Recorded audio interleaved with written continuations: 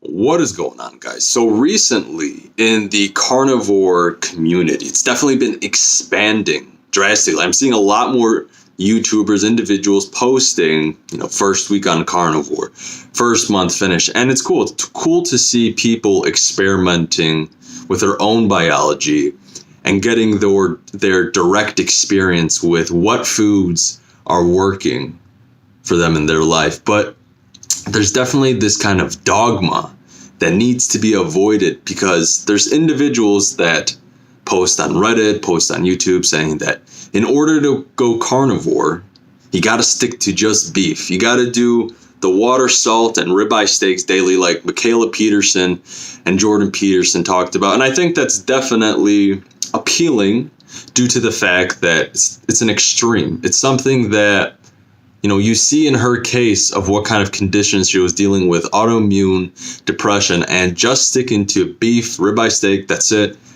and water and salt, and she literally cleared herself of all these conditions.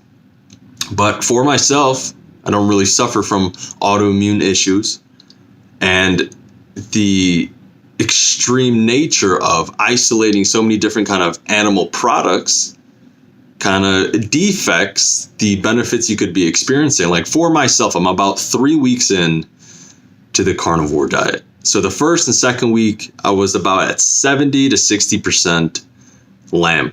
I was eating that and 3 pounds a day, feeling all right, not bad, feeling pretty mentally more sharp.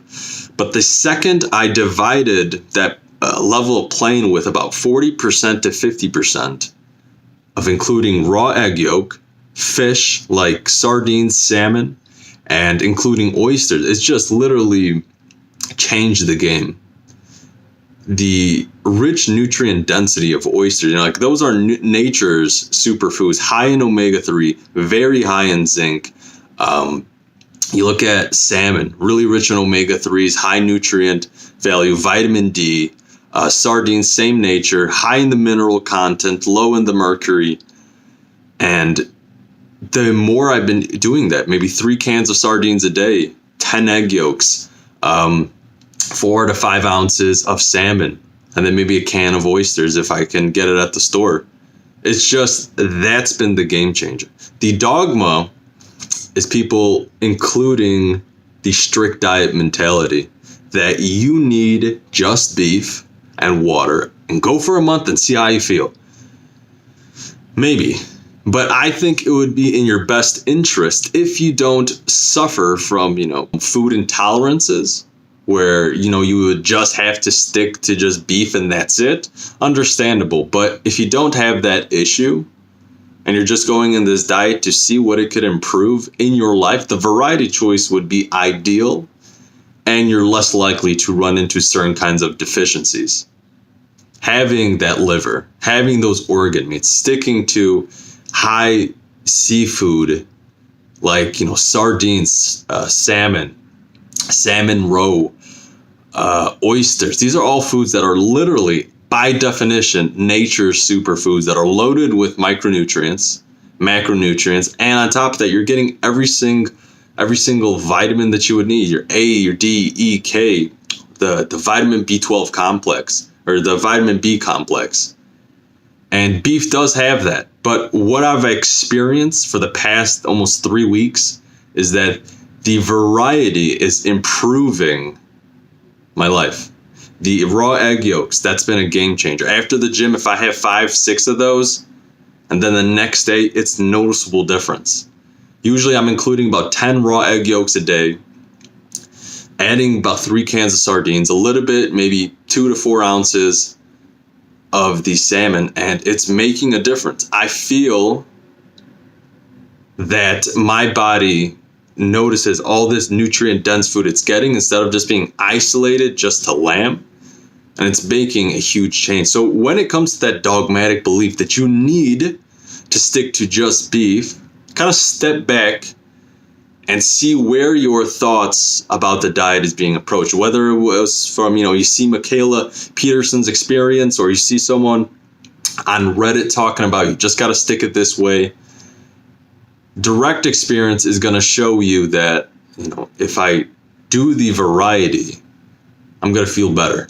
And another example is Tristan, where he does a full carnivore diet, but he includes raw milk, and that's pretty high on the carbohydrate side with the sugars and whatnot, but it doesn't irritate him. And you just have to experiment. Some people say that that's against the carnivore guidelines, that you need to just stick to beef, and that's it. But yet again, it's making, with his direct experience, a change for the better. He's putting on more weight, feels fine, doesn't see that it is affecting him on a negative context. So if you're following the carnivore diet, if you're sticking to 0 carbs, then obviously you wouldn't be including raw milk. But yet again, it's all comes down to perspective and relative to your symptoms and experiences. What are you suffering with? What are you dealing with? And if you're not dealing with something, what is your outcome that you want to get? Do you just want to go for that month or 2 months to see how you're feeling? But the variety is the choice. Just like Paul Saladino says, is that you got to include the variety of animal products. So in the long term, if you're going for months on end, you don't have those deficiencies. And you'll guarantee 100% you'll be feeling a lot better. So note to self, the dogma of the carnivore community is to just avoid that complex and just stick to your experience with what foods within the animal context is going to suit for you, whether you're eating organic chicken, whether you're sticking to pork, bacon strips, you name it.